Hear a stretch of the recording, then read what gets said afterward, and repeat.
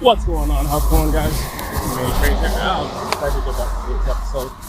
Wherever you're listening to it, whether you're in the car, shower, or sitting at a desk, writing notes, I'm here to talk to you guys about something that I think that it's one of those things that you know, like, that you need help, right? And here's what it is.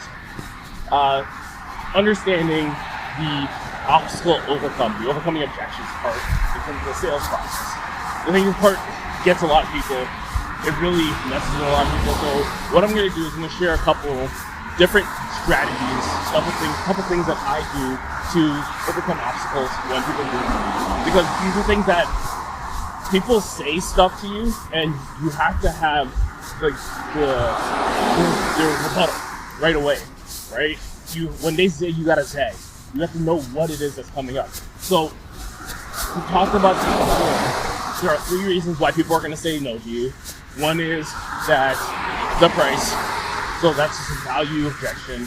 The other is they're stalling, they're pushing it off, waiting for another time to make that decision. And then the next one would be, I need to talk to my spouse. So, here are a couple things that I normally would say whenever someone tells me the price. Okay, so Sally, what you're saying is too expensive. Yeah.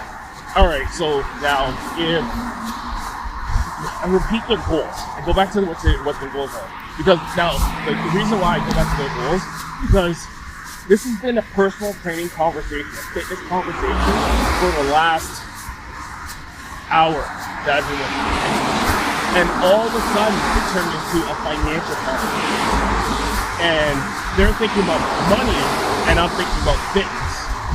Now, we're not thinking the same thing. And because we're not thinking the same thing, I need to bring this back to fitness, because I'm still thinking about fitness while they're thinking about money. So what I say is this. Okay, so Sally, your goal is still 10 out of 10 to be able to reach that 30-pound weight loss by your 40th birthday. So I make sure that I say their name, because their name is very powerful. In their ear, the most powerful thing you can say to a prospect is their name. Because it is the most powerful thing you can say. It is sweet music to anyone's ear to hear their name. Next. So, Sally, if I was to find solutions for you, would you get started today? Yes. So once I repeated their goals, told them their goals, said their name, told them their goals, I asked them, if I was to find a solution, would you get started today? Yeah. So I'm isolating the problem. If it's a price thing, right? What I have to make sure, is it value, or is it just plain old, that's not what I was spending, I want to spend this. I'll give you an example. When I used to sell shoes, I was at Foot Locker for a long time, and that's actually my first introduction to a sales job was working at Foot Locker Canada, and I became one of the top salespeople in all the entire nation. And the way I did that is I just worked harder than everybody else. And when I worked harder, like I was there 24/7. I was there every day. I was just like, I had nothing else to do, and it's like, why not make money? I'm 19. Why? Like, what else do I have to do with my life? So, anyways, I learned that I could push people into what they need to do by just asking the correct questions. So I focus on asking the right questions, like, what brings you in today? Why are you here?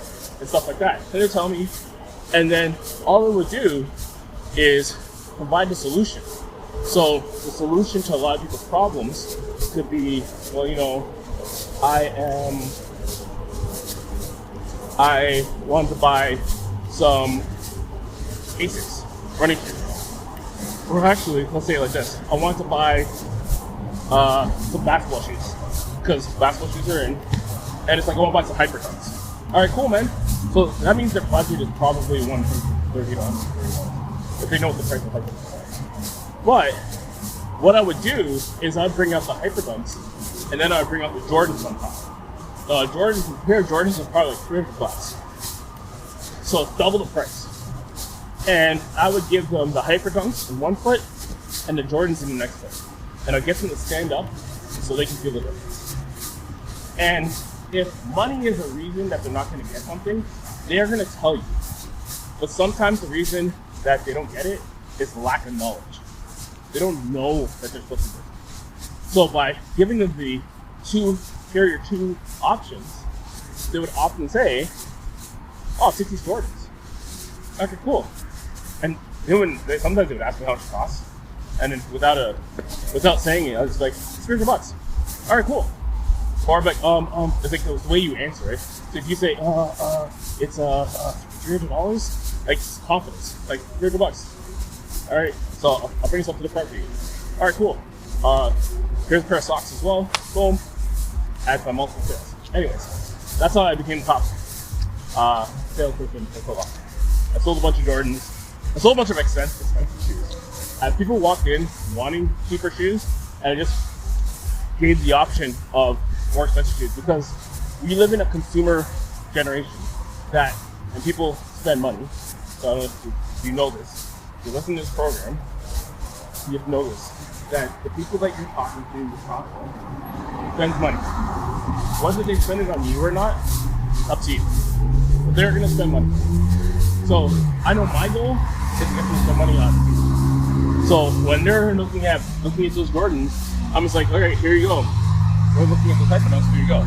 Let's bring it back to fitness. So the way that you're gonna close people, because I told you there's three things that people are gonna say no to. They're gonna say no to your price, your value, stall, I'll wait till next week.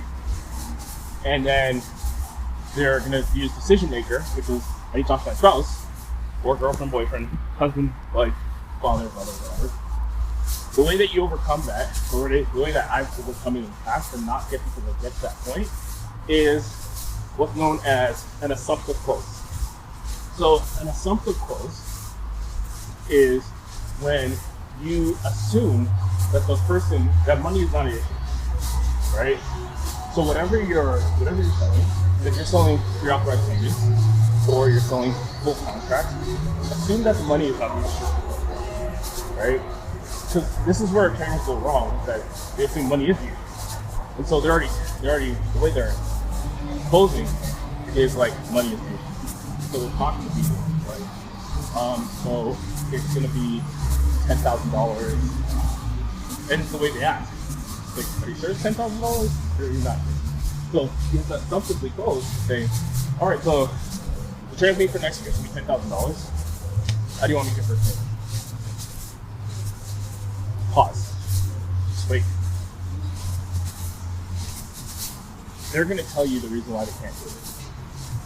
They're gonna give you the answer. They're gonna be like, whether they can or can't, they're gonna tell you that.